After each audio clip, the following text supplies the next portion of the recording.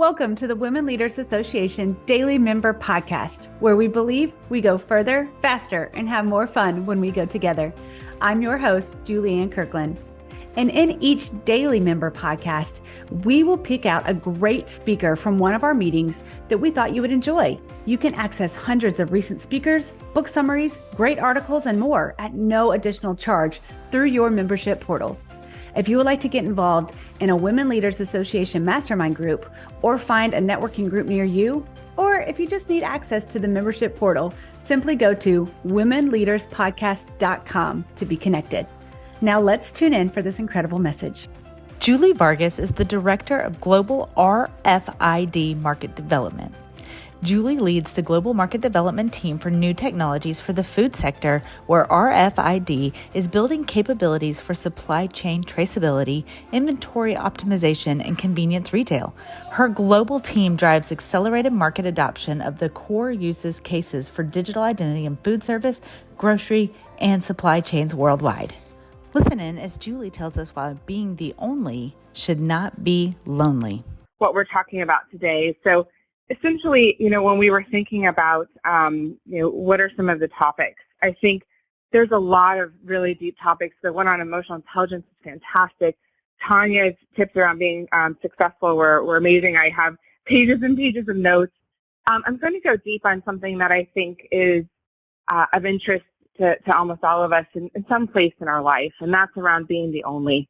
And so there's a lot of places where people will talk about kind of what are some of the things we need to do to get more diverse environments and what are some of the egregious, disadvantages that are out there specifically for women, right, building their professional career. I'm not going to talk about any of those today.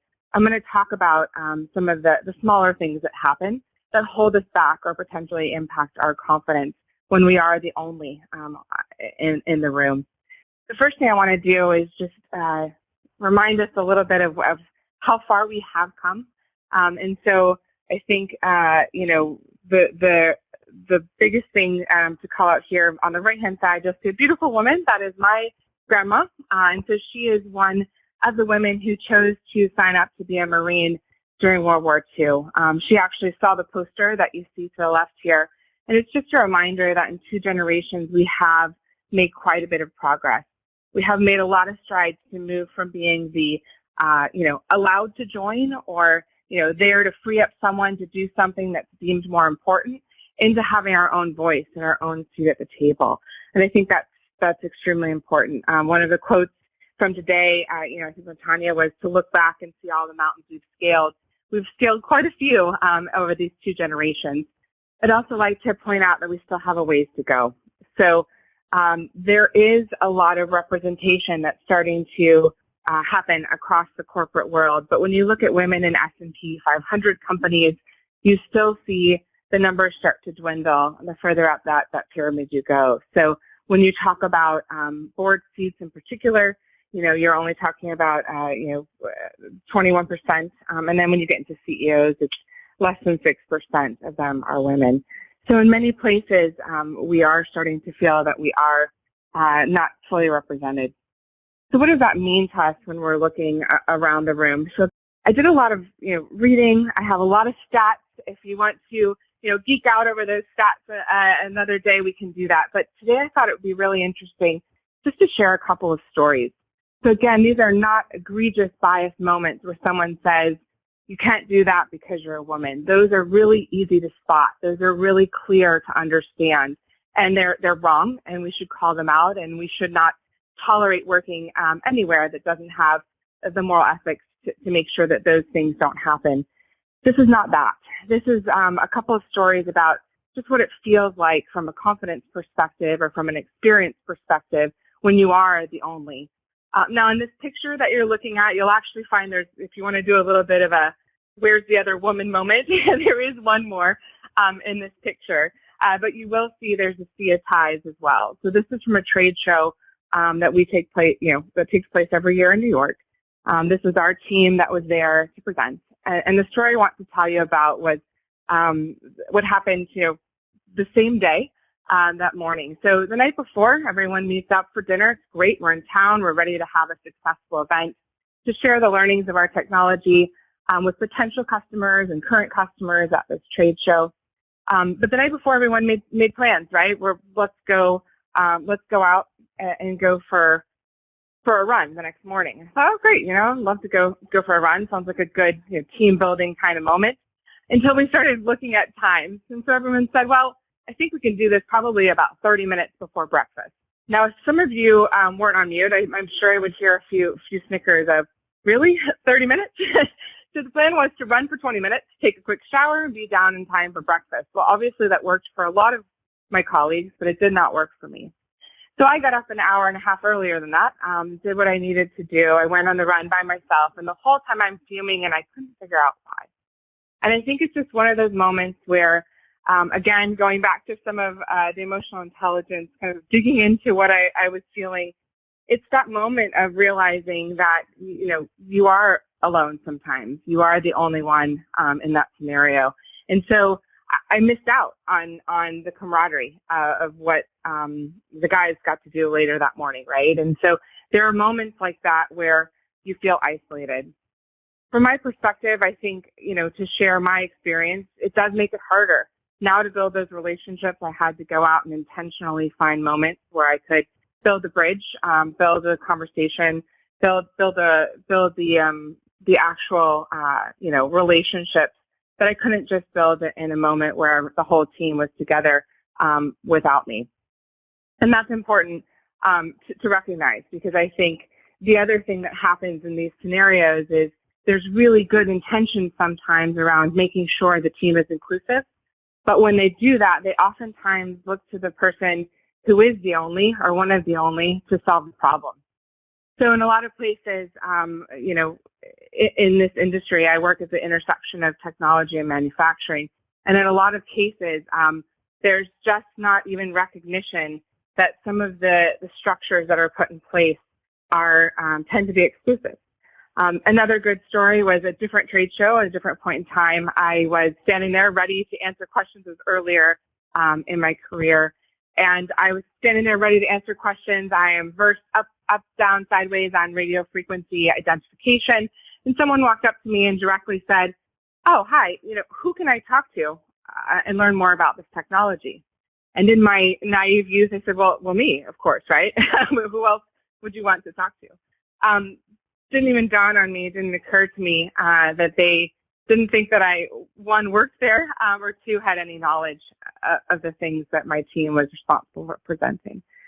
Another good example of that is walking the same show. I actually led a team. I led someone who was probably, at the time, 25 years my senior in the company, but I was his direct leader. And every time we stopped to speak to somebody about something that they were working on, they always directed their answers towards him.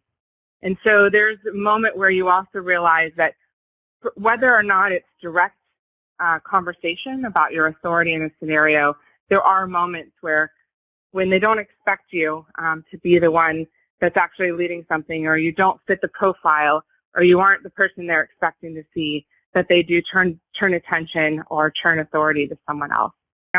So when you look, this is actually a great study done by McKinsey, and I'm happy to share the article with everyone. I think one of the things that we oftentimes do is we look to make sure that there's someone representing in the room, right? Which is fine.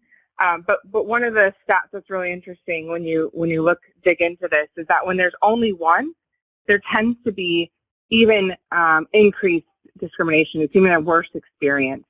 So there's some small actions you can take to actually cluster women together, or make sure that you have structured environments where women are supporting other women on project teams or in the office to drive increased engagement and make sure that you are reducing the number of microaggressions that are happening across the course of business.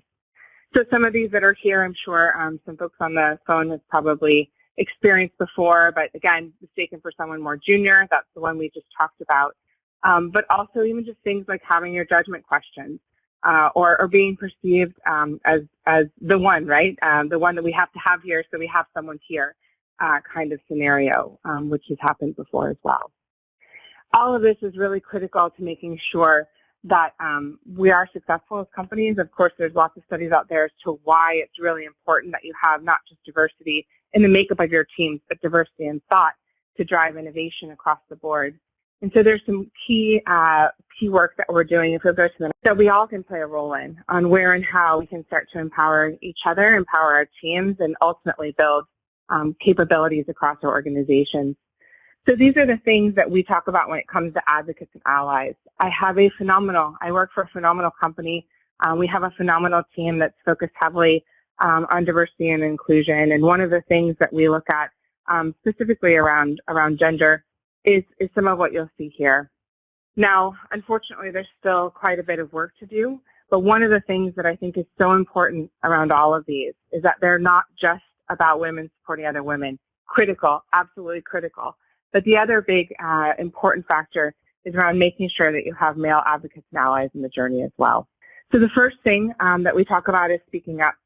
So this one sounds pretty straightforward. I think actually Anita mentioned this directly in one of her answers. Just speak up, say what you want. That's critical. Making sure that you express what you want, that you're seeking out your mentors, say what you want to do. That is beyond important for all of us. The other thing that's really great is finding someone who is speaking up for others, or finding someone that can speak up on your behalf. If you have an ally in a meeting that's watching out for some of the classic pitfalls, the person that interrupts, the person that repeats your idea, and somehow gets full credit for it, having a good ally to watch out for those moments is really important. And when that ally speaks up, it has incredible consequence and impact to the entire group. So, for example, in one meeting I was in, someone was explaining something and was interrupted probably twice, and finally someone stopped and said, wait, I really want to hear what she's saying. And then another one, that I've used before is, hey, tell me a bit more about how that's different from the idea that, Heather just explained, for example. This is something that I think we all do, and we all can continue to do to support each other. The other one is just being aware of bias. So this one happens in small moments. One of the ones that I use very often is a leadership development review, and we're talking about kind of the future of some of the team and what roles they would be best fit for. And one of the comments was, well, that role has a lot of travel, and she has 2 small kids, so I'm not sure if that's really something she wants to do. And while I think the intent behind that was fair, the thing that no one pointed out was that he also had 2 small kids. And in the end, using our bias to make decisions around what opportunities we give to people and what opportunities they want to take, is not our place to make those decisions. And calling those out and saying something as simple as, it's not our decision to make, it's for her to decide or him to decide, is something that we all take responsibility for and ownership in every day. Another one is mentor and sponsor women. So this one I'm sure we've all talked about. I think one of the biggest places for this is around the next generation that's coming up. Tanya just mentioned when we're talking about the female youth across the workforce. They come in with such incredible ideas, incredible energy, and that's something that I think we can nurture and harness. And sometimes the environments that they're walking into are not as prepared to be a growth mindset as they are. And it's really important that we make sure that they have the space, the energy, and the support to really drive their ideas as big as they are and not have to change the way to communicate them, or change the way that they express who they are in that process. And that goes not only for women, that goes for everyone coming into the workforce. The other one is measure progress. This one's really key. I think that, at the end of the day, a lot of people notice this. And so one of the things that's really, everyone can feel, everyone thinks that they're doing the right thing and they don't have their own biases. There's a great project by Harvard called the Implicit Bias Project Project. And if you check it out, it's really, really interesting how so many of us have biases that we're not even aware of. And so really measuring and making sure that your teams are looking for, rewarding, and ultimately understanding how they're evolving, not just to include people, but to make the table bigger, to have a bigger diversity of thought, and to really drive change in the corporate environment is key. without the right pipeline, without the right team structure, we'll never get to a place where we truly have diverse ways of thinking and innovating across the organization. Identify talent and potential. I'm sure you have heard the stat that men apply for a job when they only meet about 60% of the qualifications, but women usually don't apply unless they meet 100% of them. And so even when they do, many experts say that women oftentimes lack confidence in their ability, and because of that, they will have less swagger about those capabilities. So sometimes you'll hear interview stories about, well, I'm not sure that so-and-so is a good fit. I'm not sure that so-and-so it fits the culture, has the right attitudes. And a lot of times what's happening is we're profiling a role, or we're profiling a person's, the type of role. I'm in a commercial role today. So again, intersection of tech, manufacturing, and sales. There's a certain sense of what a sales guy should be, or what a tech person should know. And so it's really, really important that as we're looking at our teams, as we're looking at the future generations, that we're talking about talent and potential and the ability to grow into something that can drive success in ways that look very different, or can be measured different, or expressed differently from the way that they've always been. The last one is the one that's most important to me. I think, just to come full circle, I'm being aware of emotional intelligence, understanding what's happening, understanding where you are and what's going on this year has been one to test us all. But at the end of the day, we all have some type of privilege. We should be aware of it, and we should use it, whether it's time in the company, whether it's age, whether it's race, gender, whether it's any of the abilities, whatever it may be. Use your privilege. One of my favorite quotes from Dalai Lama is, basically you got to know the rules so you can break them effectively. And ultimately, anyone that's in a place of privilege is in a place to help break the rules, change the game, and give new opportunities. Like I said, expanding that table. It's not about replacing someone in a seat.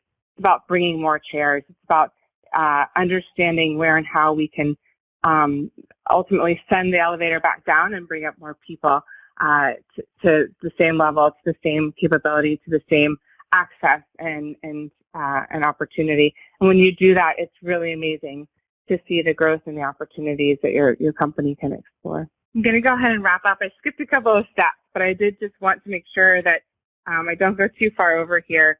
One thing I will leave you with, though, is that 45% of men and 28% of women believe that 1 woman in 10 is enough diversity. 1 is not enough. Studies show that being the only causes us to really hinder our capabilities to move forward and expand innovation, expand results. But then ultimately, 2 has to be the minimum. But to quote Ruth Bader Ginsburg, when there are 9, that's when there will be enough. I think if you look at the left side of the screen, those are my 2 daughters.